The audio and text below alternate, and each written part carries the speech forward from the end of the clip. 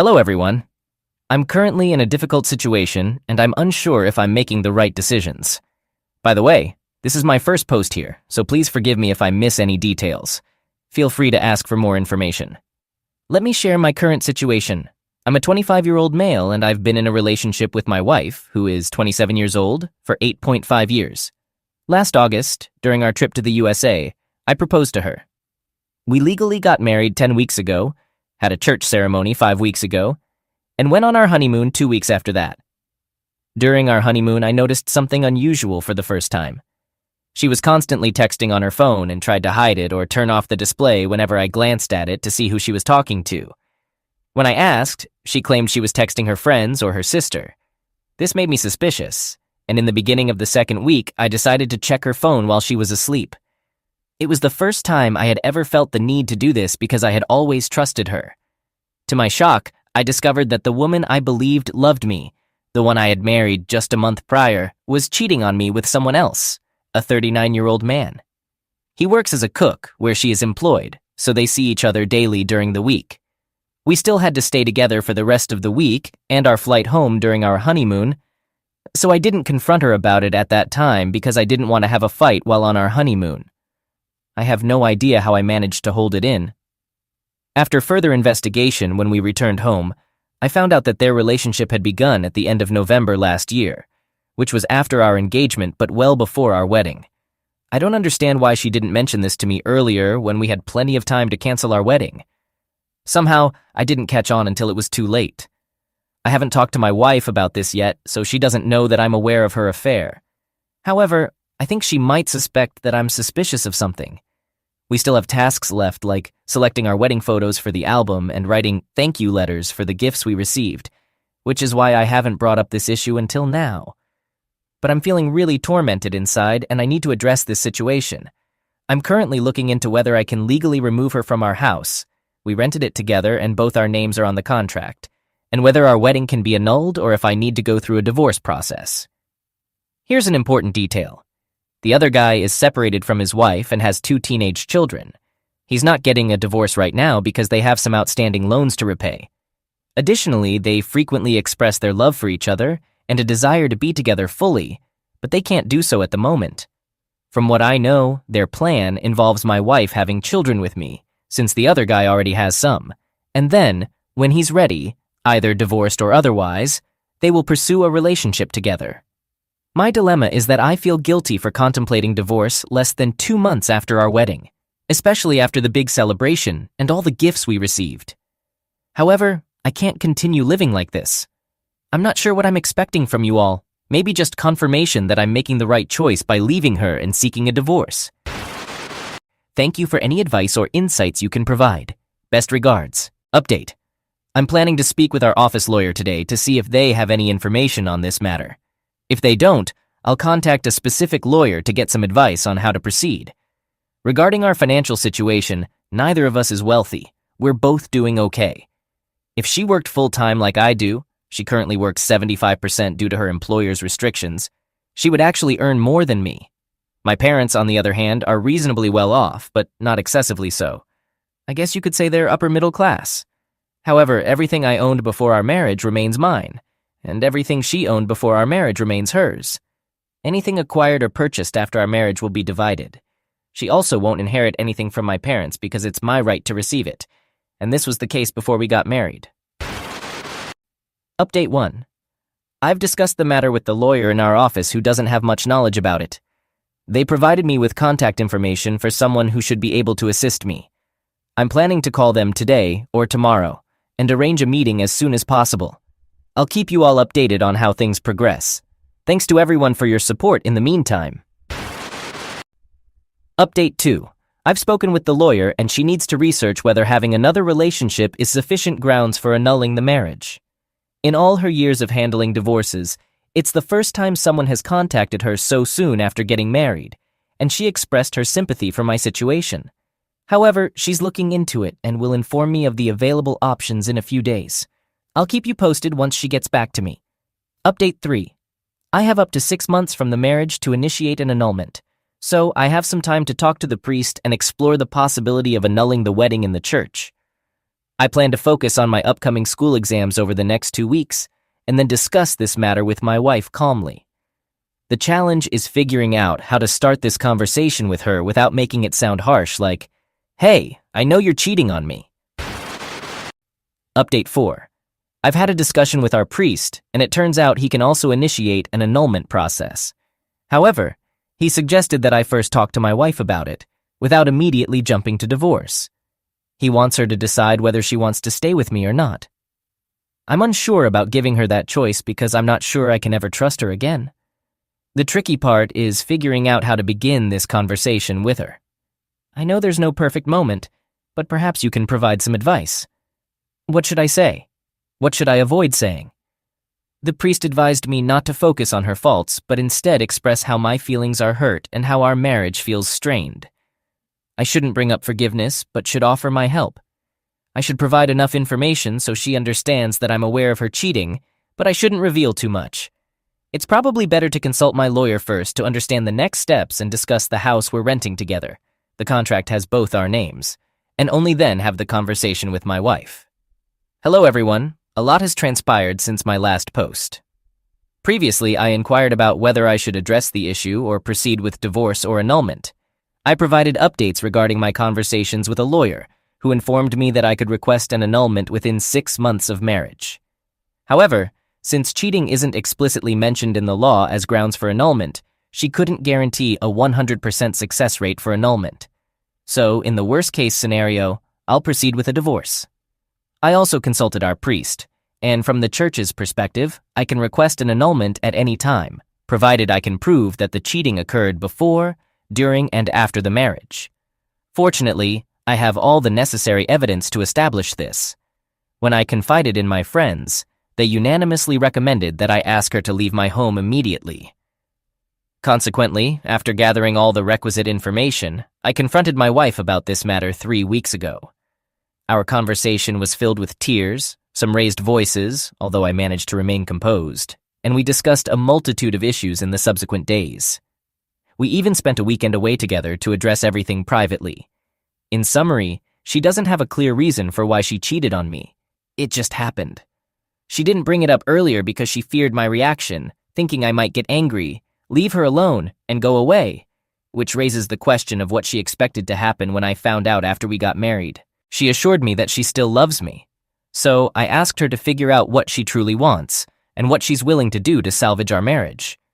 Depending on her decision, I would then determine whether I wanted to give it another shot with her or not, although I was already about 90% inclined to leave her. After a week, I still hadn't received a clear answer from her about whether she wanted me or the other guy, so I made the decision for both of us. If she couldn't decide between her husband and her lover within less than 3 months of marriage, then I could certainly decide whether I wanted to spend my life with her or not. 2 weeks ago, we mutually agreed to end our relationship. The unfortunate part is that during this whole time, she didn't ask me once to stay. She was sad about me leaving, but I think she was also happy about the prospect of pursuing a relationship with the other guy. Last week, I disclosed the entire situation to my parents and brothers. They were all saddened by the news, but understood the situation and agreed that it's the best decision for me. On the same day, my wife also informed her parents, and they asked her to leave their home. She had to stay with some friends temporarily, but has since rented an apartment and is in the process of moving her belongings out of my house. In 10 days, I'll be meeting with the lawyer to initiate the process for an annulment of our marriage. I also need to give the priest an update that my wife has moved out of my house and then request the annulment through the church. At this point, I'm at a loss for words. My marriage didn't even last 3 months, and it seems my wife was almost relieved to part ways. So I feel there's nothing more to be said. I realize that I still need some time to heal from all of this, but things are slowly improving. I'm getting accustomed to being on my own and handling all the household responsibilities. I appreciate your support. Now, I have to start over with my life, and I hope to find someone who truly loves me one day. Story 2. I'm a 22-year-old guy, and I have suspicions about something going on between my girlfriend, Alexis, 22, female, and my friend, Derek, 21, male. We all live together, and sometimes I wonder if I'm just imagining things. The 4 of us attended the same university, and our apartment, which Alexis and our mutual friend Brooke, 22, female, originally leased, is large and expensive. Initially, there were supposed to be 3 girls living here, but the third person backed out suddenly.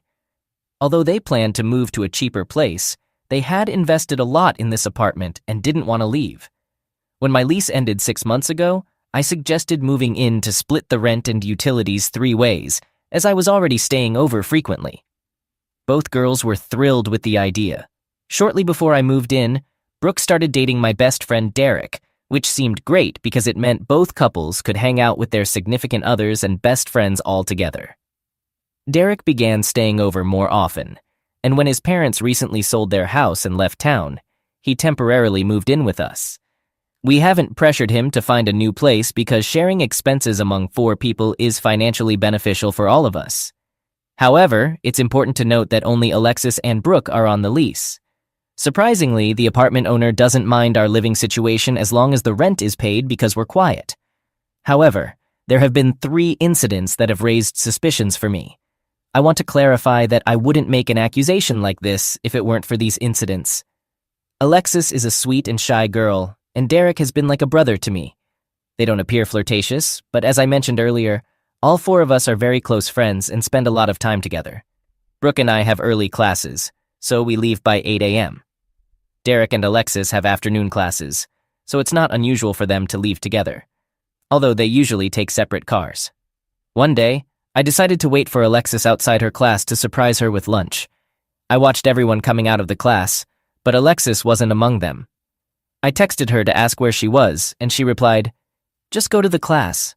Going home to study." I called her, but there was no response, which struck me as odd because she had just texted me a moment ago. She didn't answer until much later, which is unusual for her as she's often on her phone. Later that day, I bumped into Brooke, and she casually mentioned that Derek had stayed home sick, and she was planning to bring him some soup. At the time, I didn't think much of it. However, when I got home later that night, I noticed that Alexis's car was in the exact same spot it had been all day. She typically parks in guest parking since our unit only has 3 spaces, so her car usually moves around. I asked her if she had gone to class, and she hesitated before admitting that she skipped because she found the professor's explanations frustrating. She knows I dislike it when she skips classes because it has affected her grades before. However, she had been doing better recently. While I was doing the dishes, I kissed her and told her I trusted her judgment. She explained that she probably wouldn't skip again because being alone in the house when bored was unpleasant. We laughed, and the night went on as usual. We went to bed, and as I lay there, almost drifting off, something struck me. She shouldn't have been alone because Derek was supposedly homesick, right? She was still awake on her phone. I suddenly woke up and asked her where Derek was today, considering Brooke had mentioned he was homesick. She seemed surprised by the question, possibly because I went from half asleep to wide awake with a random inquiry. She said he had been here a bit in the morning, but went out to run errands or something. She wasn't sure. After the other incidents, I couldn't help but feel that her scattered response to this question seemed off, although it might just be my imagination.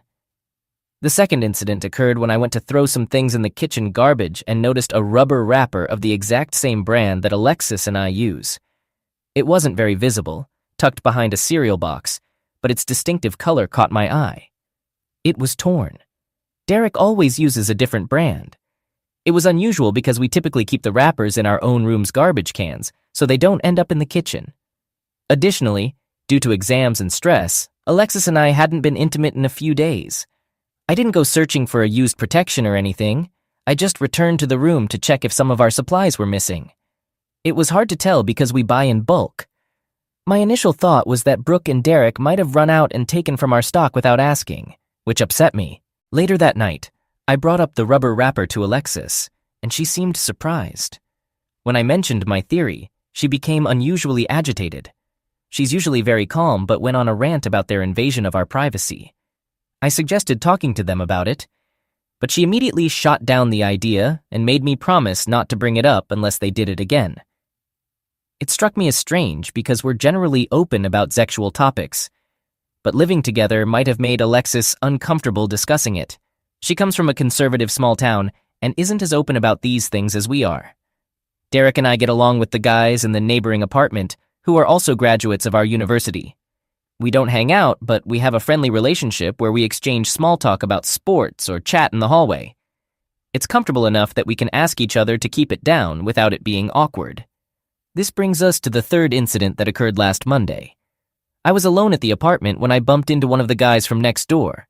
We chatted about football, and then he mentioned that one of the couples in our apartment complex was really into morning intimacy and the walls were too thin for their liking. I chuckled because Alexis and I occasionally had morning activities on weekends when we had the place to ourselves. Brooke and Derek typically spent weekends at her parents' house, which was about an hour and a half away. But as the day went on, I realized we hadn't engaged in morning activities for about a month. On weekends, it had shifted more towards the evening or not at all. Did he mean on weekdays? It made me uneasy. I considered asking for more details, but the conversation ended and I felt like I missed my chance. Plus, it's an awkward question, and I might just be overly suspicious. So here's my dilemma. Am I overthinking things? Am I seeing signs that aren't there? Or is something actually going on? And if something is amiss, how should I proceed? I'm hesitant to ask her directly at this point because, for one, I don't want to seem jealous or paranoid if nothing happened. And two, if there is something going on, I don't want them to become more discreet about it. One idea I had was dropping by one of these mornings when they're alone together, but I'm unsure of the right timing. If I show up too early or too late, they might become more cautious. Update. Most of you recommended that I talk to Brooke and consider walking in on the situation. I decided to do both. Sunday night, everyone was back in the apartment. I had planned to talk to Brooke privately about our neighbor's comment. But before I could, she said something that completely contradicted my theory. She told Derek to go to bed early for work the next morning. What? I knew Derek had a job on campus, but he had always worked night shifts casually. I asked when he started working mornings, and he said he picked up the extra shifts a month ago. Starting at 9 a.m., I leave for my day at 7:45 a.m., so it's possible I hadn't noticed. I spent the night trying to figure out if he was lying, if there were still mornings he was at home, or if Alexis might be seeing someone else in the mornings, as some of you suggested. Or maybe I was just being paranoid. I went to bed feeling drained and confused. The next morning, I left for my classes as usual, alternating between wanting to rush home to check on Alexis and thinking I had too much work to chase a theory I wasn't sure about anymore. Eventually, I headed home after my first class. In a strange way, I almost wish I hadn't. When I arrived at the apartment, Derek's car was absent. Only Alexis's car was there. My heart raced as I walked to the apartment. I didn't know what to expect outside the apartment door. Immediately, I heard a guy's voice from inside, chatting, laughing, and a soft feminine voice responding with giggles. I've seen various reactions to this situation on this subreddit, but I had never thought about what I'd do in such a situation. I pressed my ear to the door, trying to catch their conversation, but I could only make out a word here and there amidst the giggles. Then I heard Alexis being tickled and shrieking. Maybe I should have waited longer. Looking back, I wish I had. However, as soon as I started fiddling with my keys, it went eerily silent inside. She was with Mark. I hadn't mentioned Mark in my previous post, but he's one of the guys in the apartment next to ours, not the one who initially tipped me off. I never liked Mark, his know-it-all attitude and his inappropriate comments towards both girls. But I had never suspected this. As soon as I opened the door, both of them looked at me with guilty expressions, dispelling any naive doubts I might have had about the situation being innocent. I had intended to confront them or demand answers, but my eyes welled up with tears, and I didn't want them to see me like that. So I simply said, "Nice, real nice," and hurried back to my car. I could hear Alexis yelling my name in the hallway, but I didn't stop. I half expected her to chase after me, but when I reached my car, no one was following. I drove to a nearby park and sat there in disbelief. Strangely, my first thought was, how is my family going to react to this? What on earth am I going to tell them? My family absolutely adores Alexis. They often joked about our wedding and considered her a part of the family. Then I started thinking about our living arrangements, our final exams, and the fact that in about 2 weeks I can't handle moving right now. I'm in the midst of applying to an extremely competitive graduate program, and I can't allow anything to jeopardize that, especially not this. Fortunately, a friend has offered me a place to stay. I'll have to return home at some point to get my clothes, and I'm planning to do that during a lab period. Alexis took about an hour before she started blowing up my phone, but once she did, the messages didn't stop. She initially asked me to come home so she could explain, even before I had a chance to respond. Then she sent another message begging me to return because she was having an anxiety attack, something I'd always helped her through. Maybe I'm heartless, but all I could think was, good, you earned it. There was a pause, and then she said, I don't understand why you're so jealous. We were just hanging out. I waited, and she continued, I know it may look sketchy, but trust me, if I were in your shoes, I'd think the same thing. But we weren't doing anything. He needed advice on girl problems. You have to believe me. Honestly, I don't believe her. Normally, I'd feel a strange sense of satisfaction watching a cheater struggle to cover their tracks. But my mind kept replaying all the wonderful times we had together and wondering if she was cheating back then too. I'm torn between wanting to know when this started and being worried about it. This has been going on for more than just a month, and I have my suspicions. Later that night, I received a text from an unknown number. It turned out to be the friendly guy from next door. He mentioned that he got my number from Derek and expressed his profound apologies for what I'm going through.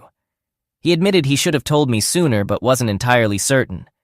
He knew his friend was involved with a girl who had a boyfriend but didn't connect the dots until he learned her name. As many of you suspected, his earlier comment was an attempt to clue me in. So, I guess he's the bro of the year. I don't think Derek and Brooke are aware of this yet. I haven't messaged them. I haven't found the right words.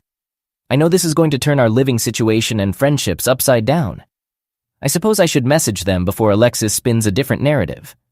So, it turns out it wasn't Derek. It was one of our neighbors, a fact we didn't know until now. Given this mess, the only silver lining is that it seems like Obi-Wan has nothing to do with Alexis, and their relationship is over as it should be. But we can't be completely sure of that yet. Let's move on to the next update to see what unfolds. A quick clarification on the last update. When I walked in, they weren't literally in the act. They were just sitting on the couch with a deer-in-the-headlights look that was highly incriminating. They both fell silent, and it was clear this wasn't a, hey, guess who dropped by kind of situation. Anyways, on to the latest update. I've been incredibly busy with the semester wrapping up, and I heeded the advice to bury myself in my work. I've spent a lot of time at the library because Alexis doesn't go there. While posting the last update, I realized how foolish it was that I hadn't reached out to Derek and Brooke to share my side of the story. I took a screenshot of the text from the friendly neighbor, Will. Just a side note, all names have been changed except Mark's because within a minute Derek bombarded my phone with calls and texts, making it clear he had no idea what was going on. Meanwhile, Alexis was sending texts, practically begging me to meet up with her. I felt awful and replied to Derek with a single text, saying I wasn't in the mood for talking. Then, I put my phone away for the night. The next morning, I received a text from Derek inviting me to my favorite restaurant for dinner and drinks, assuring me that no one else would be there, not even Brooke. I haven't had much of an appetite since all of this happened, but the offer meant a lot, and I genuinely wanted to see him. So I decided to go after my classes. I arrived at the restaurant first, my heart in my throat, worrying that Alexis might somehow be there. Thankfully, she wasn't. When Derek showed up, he gave me a big hug and immediately asked, "Dude, what the heck?"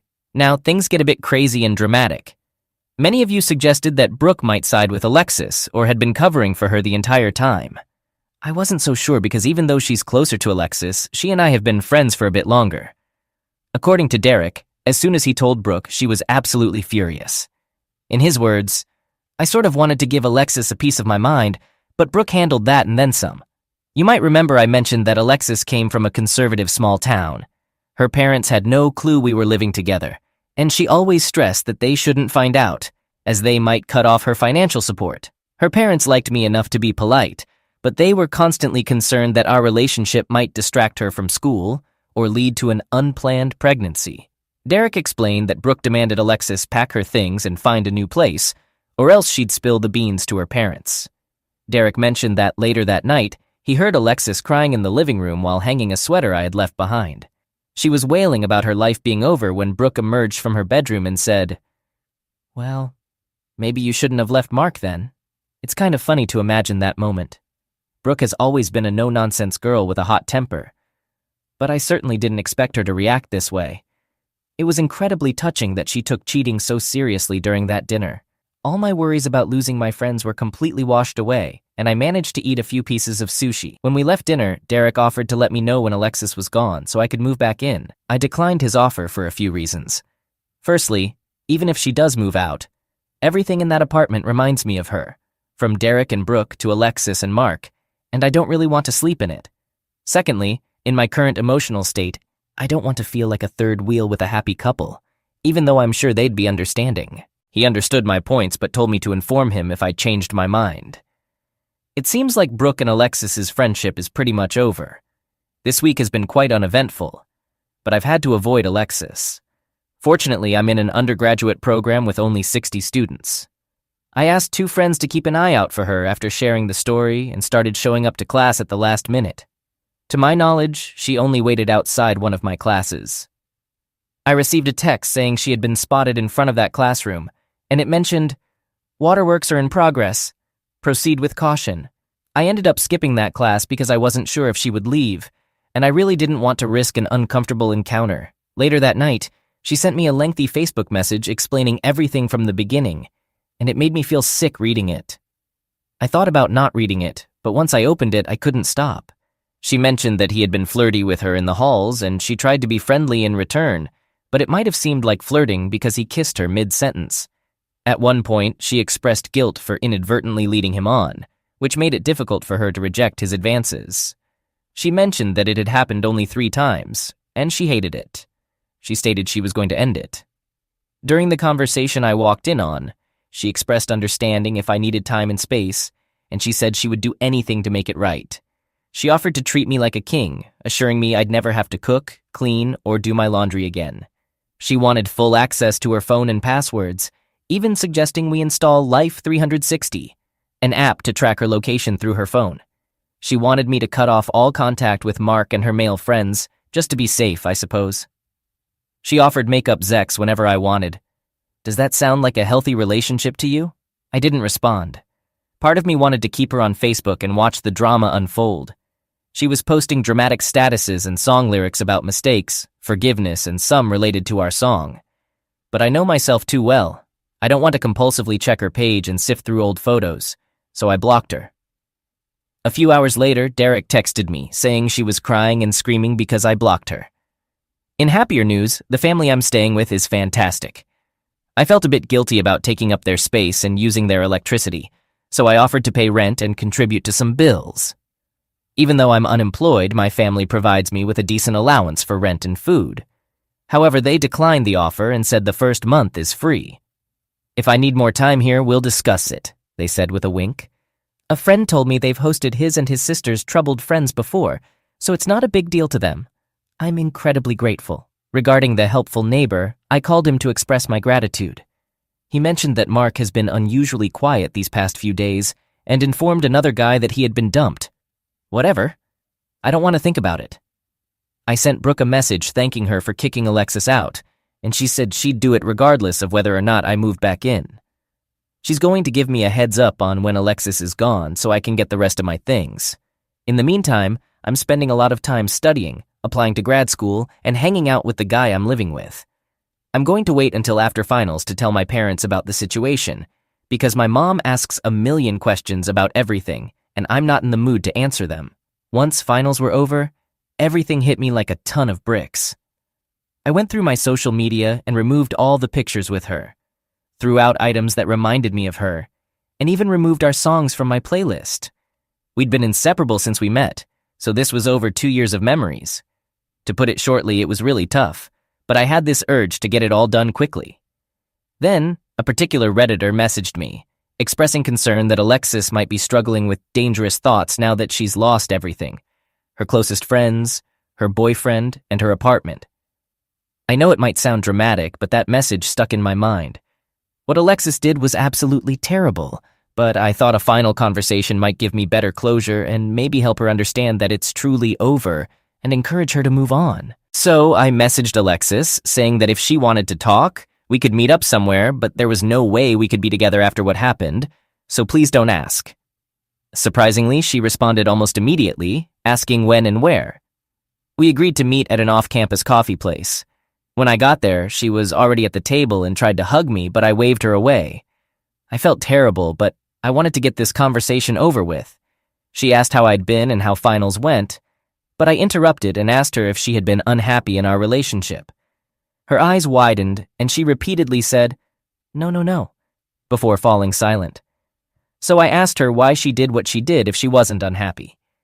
She started by retelling the story about having trouble saying no and how he was very pushy. I interrupted her and asked her to stop with the excuses and take responsibility, at least for what happened after he kissed her mid-sentence. But having sex 3 times? No way. She looked down, shrugged, and admitted, "You're right, I know." She began tearing up, apologizing and saying how sorry she was. Then she asked if there was any chance we could get back together, which I somewhat expected even though I told her not to. I just shook my head. I suggested she could continue living with Derek and Brooke if she wanted to, but she declined and said she already had plans to move in with another girlfriend. From there, the conversation became circular, with them trying to explain her actions as difficulties in turning down guys due to her fear of being seen as unfriendly, and me trying to get her to admit that excuse was nonsense. I don't know why, but I really needed her to stop using that crutch and admit that she had ruined a perfectly good relationship all on her own. But she just wouldn't. She was always stubborn. Eventually, I let it go, and we parted ways somewhat amicably. As I was leaving, she grabbed my hand as if to say something, but ended up shaking her head and letting go. Initially, the conversation made me feel worse than before, but ultimately, it made me realize that she was never the kind of person I wanted to be with, even without the cheating. She never took responsibility for anything, failing classes, not finding a job or internship, and more. It was always someone else's fault. I just hadn't thought about it too deeply. After the coffee meeting, I met up with Derek and we went to the apartment. Brooke was there, but she mostly stayed in her room. We had some beers, played video games, and talked about everything that had happened. Derek admitted they hadn't been able to find a third roommate. Aside from complete strangers, they didn't want to move in, and they asked me again to stay with them. I could tell that Derek really wanted me to, and I felt guilty about them being stuck with the lease, so I accepted. I told them I'd wait until Alexis took all her furniture and belongings from before I even moved in, as I still didn't want to sleep in that bed. Life isn't perfect now, but I'm doing better. Alexis moved her things out. I bought a secondhand bed and dresser from another student. I had my first round of classes last week, and although I might sound like a total nerd, they're really cool and hands-on, and the professors are incredibly nice. Derek and Brooke have been really supportive and don't make me feel like a third wheel at all. I saw Mark in the hallway once, and he completely ignored me, and I ignored him. But the urge to punch him in the face was very real. I guess that's something that will go away over time.